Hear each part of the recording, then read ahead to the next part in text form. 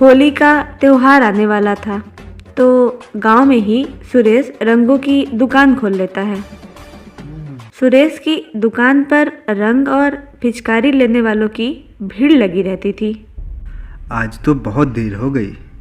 सुजाता और बच्चे मेरी राह देखते होंगे। एक काम करता हूँ, बच्चों के लिए कुछ रंग ले चलता हूँ, वो खुश हो जाएंगे। सुरेश दुकान बंद करके गुलाल से भरा थैला लेकर घर की ओर चल पड़ता है। वो जंगल के रास्ते घर जाने लगता है ताकि जल्दी से घर पहुंच सके। रास्ते में उसे एक चौराहा मिलता है। उस चौराहे पर एक मटका, गुलाल, एक काली गुड़िया और बड़ी अजीब अजीब सी चीज़ें रखी होती हैं। सुरेश उस पर ध्यान नहीं देता और उसके ऊपर से निकल जाता है। सुरेश अनजाने में ही काली गुड़िया को कुचलते हुए आगे बढ़ जाता है। गुड़िया पर पैर पड़ते ही उसमें से काला धुआं निकलने लगता है और फिर गुड़िया में से चुड़ैल बाहर आती है। अरे वाह, मैं आज़ाद हो गई। चलो, मैं आज़ाद हो गई।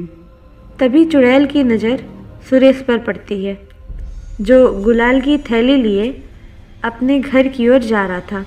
अरे वाह, गुलाल यानी रंग यानी होली। इस बार तो मैं भी होली खेलूंगी, बहुत मजा आएगा। चुड़ैल रंग गुलाल देखकर बहुत खुश हो जाती है और चुपके से सुरेश की थैली में से सारा रंग गुलाल निकाल लेती है और उसे हवा में उछालकर खुश हो रही थी। कुछ गुलाल अपने मुंह पर मलते हुए सुरेश के पीछे पीछे उसके घर की ओर चल देती है। सुरेश घर पहुंचकर सुजाता को गुलाल से भरी थैली दे देता है। अरे ये क्या, आप मुझे ये खाली थैली क्यों दे रहे हैं? ये खाली थैला नहीं है, ध्यान से देखो, उसमें बच्चों के लिए रंग गुलाल है। नहीं जी, ये थैला तो पूरा खाली है, इसमें कुछ भी नहीं है। ऐसा कैसे हो सकता है? इस थैले में तो मैंने खुद ही रंग गुलाल भरा था। शायद आप दुकान से दूसरा थैला उठा लाए होंगे। सुजाता और सुरेश इसे गलती मानकर सोने चले जाते हैं। तभी चुड़ैल सुजाता के किचन में जाती है और वहाँ रखी होली की मिठाई देखकर खुश हो जाती है। इसीलिए तो मुझे होली का त्योहार बहुत अच्छा लगता है। कितनी सारी मिठाइयाँ खाने को जो मिलती हैं। चुड़ैल एक एक कर सारी गुजिया और मिठाइयाँ चट कर जाती है। सुबह जब सुजाता किचन में जाती है तो वो हैरान रह जाती है। हे भगवान, होली की सारी मिठाइयाँ कहाँ गई? हो ना हो, जरूर ये बच्चों की शरारत है। सुजाता बच्चों को डांटते हुए पूछती है तो बच्चे मिठाई खाने से मना कर देते हैं। दूसरे दिन सुजाता छत पर चिप्स और पापड़ सुखाने जाती है। अरे वाह, आज तो पापड़ चिप्स खाने को मिलेगा। सुजाता चिप्स और पापड़ को एक डिब्बे में बंद कर रख देती है।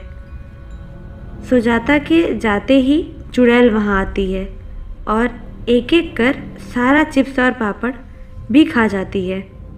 सुजाता को कुछ समझ नहीं आ रहा था कि मिठाइयाँ और नमकीन गायब कैसे हो रहे हैं, कौन खा रहा है इन्हें।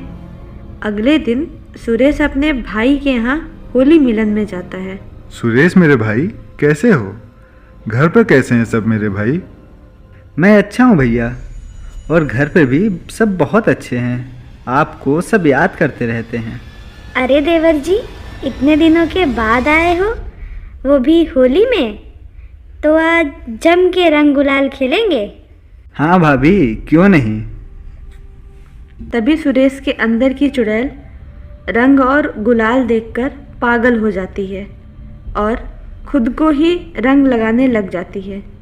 भैया, आप ठीक हो? आप ये क्या कर रहे हैं? सुरेश कुछ बोले बिना ही वहाँ से निकल जाता है। फिर सुरेश के भैया और भाभी उसके घर पर जाते हैं। सुजाता, सब ठीक तो है ना? आज सुरेश हमारे यहाँ आया था और वो बहुत अजीब व्यवहार कर रहा था। पता नहीं भाभी क्या हो रहा है इस घर में। रातों रात खाने की चीज़ें गायब हो जा रही हैं और पिछले कुछ दिनों से वो भी ठीक नहीं लग रहे हैं। मुझे लगता है कि सुरेश पर किसी चुड़ैल या भूत का साया है। हमें किसी तांत्रिक को बुला लेना चाहिए। सुरेश जब घर वापस आता है तो वहाँ सुरेश की पत्नी, भैया और भाभी के साथ एक तांत्रिक भी मौजूद था। तुम कौन हो जो मेरे पति के शरीर पर कब्जा कर रखी हो? तब चुड़ैल सुरेश के शरीर से बाहर आ जाती है। जब तुम लोगों को सब पता चल गया है तो अब छिपने से क्या फायदा? मेरा नाम गुड़िया है और सुरेश ने मुझे आज़ाद कराया है, इसलिए मैं अब इसके साथ रहूंगी। ये नहीं हो सकता चुड़ैल, तुम्हें इस घर को छोड़कर जाना होगा। तुम्हारी कुछ अधूरी इच्छा हो तो बता दो। मैं एक बहुत गरीब परिवार की लड़की थी। मुझे होली खेलना बहुत पसंद था, लेकिन एक लंबी बीमारी की वजह से मेरी मौत हो गई और मैं चुड़ैल बन गई। आज तक मैंने कभी होली नहीं खेला है। फिर पूरा परिवार उस चुड़ैल के साथ होली खेलकर उसकी अंतिम इच्छा पूरी कर देता है। धन्यवाद तुम लोगों का मेरी आखिरी इच्छा पूरी करने के लिए।